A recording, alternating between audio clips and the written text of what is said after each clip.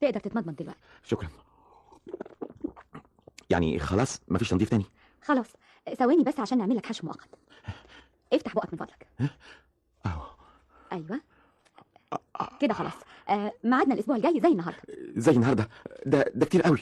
اتفضل يا استاذ عماد، مع السلامه. في ناس مستنيه في العياده. طيب لو حسيت بألم او تعب في الضرس اقدر اجي؟ تقدر تاخد قرص اسبرين. ام ابراهيم اللي بعده. مساء الخير يا ماما. مساء النور يا سلوى. ايه التأخير ده كله يا بنتي؟ العياده كانت مليانه النهارده. احضر لك العشاء؟ يا ريت يا ماما. طيب يا حبيبتي، على ما تغيري هدومك العشاء هيكون جاهز. اللي بقول لك ايه يا سلوى، قول يا ست الكل. الباشمهندس عماد جه العياده النهارده؟ جه. ها، اتكلمتوا في حاجه؟ لا، هو مش هنتكلم. ليه بس يا سلوى؟ لانه طمعان فيا وفي العياده. وهو محتاج للعياده يا بنتي؟ ده مهندس في شركه قد الدنيا. المهندس بيدور على مكتب عشان يفتحوا ويعملوا شغل لحسابه، وطبعا لما عرف ان عندي اوضتين في العياده مقفولين الفرصه منها جوازه ومنها مكتب. ايه الكلام الغريب ده بس؟ انت جايبه الكلام ده منين يا بنتي؟ اهو ده اللي انا عرفته. هتقولي لي منين؟ هقول لك بطريقتي الخاصه. لنفرض ان الكلام ده صحيح، وفيها ايه لما ياخد له اوضه يفتحها مكتب؟ ما هو هيبقى جوزك. حالا خليتيه جوزي. اسفه يا ماما، اللي عايز يخطبني يبقى عشاني انا، مش عشان عندي اوضه فاضيه في العياده. تصبحي على خير يا ماما. الو، صباح الخير يا صفيه. اهلا يا محاسن، ازيك وازاي الولاد؟ كويسين والحمد لله. ازيك انت وازاي سلوى يا عاصم؟ عاصم بخير والحمد لله، وصلنا منه جواب امبارح. انما بقى سلوى يا محاسن وجع قلبي. ايه، رفضت المهندس برضه؟ قال ايه؟ طمعان في العياده. يا دي العياده، هو كان عريس يتقدم لها، ان ما كانش طمعان فيها يبقى طمعان في العياده. هو ما حدش عنده عياده غيرها ولا ايه؟ غلبت معاها يا محاسن يا اختي، مش عارفه اعمل ايه. عندك حق يا صفيه، ما هي كمان سلوى مش صغيره، دي قربت على 30. انا خايفه يكون بسبب يا محاسن. ما انت كنت عارفه المشاكل والهم اللي كنت فيه مع محمود، الله يرحمه بقى. تلاقيها نسيت يا صفيه، دي كانت صغيره برضه. صغيره ايه؟ ده ابوها مات وهي في الابتدائيه. اللي بقول لك ايه يا صفيه، قول يا محاسن. ابراهيم جوزي كان كلمني قبل كده على مصطفى سعد ابن اخته، محامي شاطر قوي وعنده شقه ومكتب وكان بيشتغل في السعوديه، يعني مش طمعان فيها. وده لسه ما اتجوزش؟ لسه، مش بقول لك كان في السعوديه. وما دام موضوع المهندس ده اترفض، بقول يعني يتقدم مصطفى. تحبي يجي لكم امتى؟ لا يا محاسن، بلاش يجي البيت، ما انت عارفه اللي بيجي البيت بيتعمل فيه ايه. ما هيشوفها ازاي؟ اديله عنوان العياده. ام ابراهيم. افندم يا دكتور. لسه في حد في العياده؟ واحد مستني من بدري. دخليه. حاضر يا دكتور. مساء الخير. مساء النور. اتفضل اقعد هنا. حضرتك بتشتكي من ايه؟ الضرس اليمين بيوجعني. افتح بقك من فضلك. لا، آه. ما فيهوش حاجه، لا سوس ولا جيب ولا حاجه. يبقى اللي جنبه. وريني كده. الله، برضه سليم. طب يبقى اللي فوق. ام ابراهيم. حلمك شويه يا دكتوره، بلاش العصبيه دي ارجوكي لحظه. مفيش حد يا دكتوره، ده كان اخر زبون.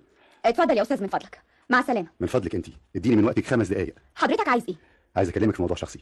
موضوع شخصي؟ ليه؟ هو حضرتك تعرفني قبل كده؟ اعرفك كويس قوي. اروح انا يا دكتوره ولا عايزه مني حاجه تانية؟ مع السلامه انت يا ام ابراهيم. اللي تعرفه عني يا استاذ مصطفى سعد، اعرف عنك كل خير. هات من الاخر من فضلك. الكلام اللي عايز اقوله ما ينفعش هنا.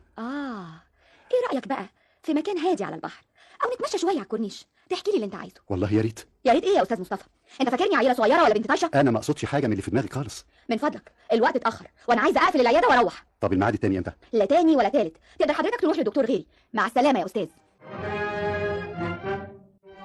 لقيتني يا طنط محاسن، ما بقتش عارف حتى ارد عليها. معلش يا مصطفى، اصبر عليها شويه. سلوى شافت كتير وهي صغيره، وكل اللي شافته اتخزن جواها وظهر عليها لما كبرت، لكن هي طيبه قوي وحلوه قوي، حلاوه كتير عن زمان. انت لسه فاكرها؟ فاكرها كويس، بس هي اللي مش فاكراني خالص. وهتشوفها تاني امتى؟ بكره هكون عندها. سلوى يا بنتي، ومش ممكن في يوم من الايام هتكوني في الوضع بتاعي ابدا. انت غير يا سلوى. كفايه كلام في الموضوع ده يا ماما. انا اتاخرت قوي عن الشغل. يا سلوى انا عشت لك النهارده يا بنتي. ارجوك يا ماما، ارجوكي ما تكمليش، انا نازله. مع السلامه يا سلوى. مساء الخير يا دكتوره. مساء. حضرتك ازاي دخلت هنا؟ ده دوري. سبق وقلت لك تشوف دكتور تاني. بس انا بقى مصر عليكي انت. ام ابراهيم. في ايه؟ الاستاذ مصطفى سعد مصر يدخل. وهدخل. بالعافيه؟ لا، بالذوق طبعا، وبعد ما تسمحي لي. يا دكتوره سلوى، باي حق؟ بحق الصداقه اللي كانت بينا من سنين واحنا عيال، بحق القرابه اللي بينا. انا مش فاكره حاجه خالص منها. انت مش عايزه تفتكري اي حاجه، لكن مش ناسيه، وفي فرق بين الاثنين. من فضلك يا استاذ مصطفى، مفيش داعي لكلام. في داعي يا سلوى. حياتك اللي ضيعتيها عشان الماضي اللي سجنت نفسك فيه، عواطفك المحبوسه المحرومه من دفئها الطبيعي عشان خوف من فشل في خيالك انت بس. العاقل هو اللي يتعلم من تجارب غيره. وفشل تجربه او طلاق بين اتنين مش مقياس للفشل في الحياه الزوجيه. من الايام في موقف ماما. بس الراجل مش مجرد فلوس يا سلوى، الراجل حمايه، سند للزمن، عطف، حنان. انت دلوقتي مغروره بشبابك وصحتك، لكن لما الزمن يمر هتعملي ايه بكره؟ غضب. ارجوك يا مصطفى، كفايه كده من فضلك، سيبني دلوقتي لوحدي. انا هسيبك يا سلوى، ومش هتعرض لك تاني ابدا، بس فكر في كلامي مره واثنين وثلاثه، وتليفوني هتلاقيه في الكارت ده.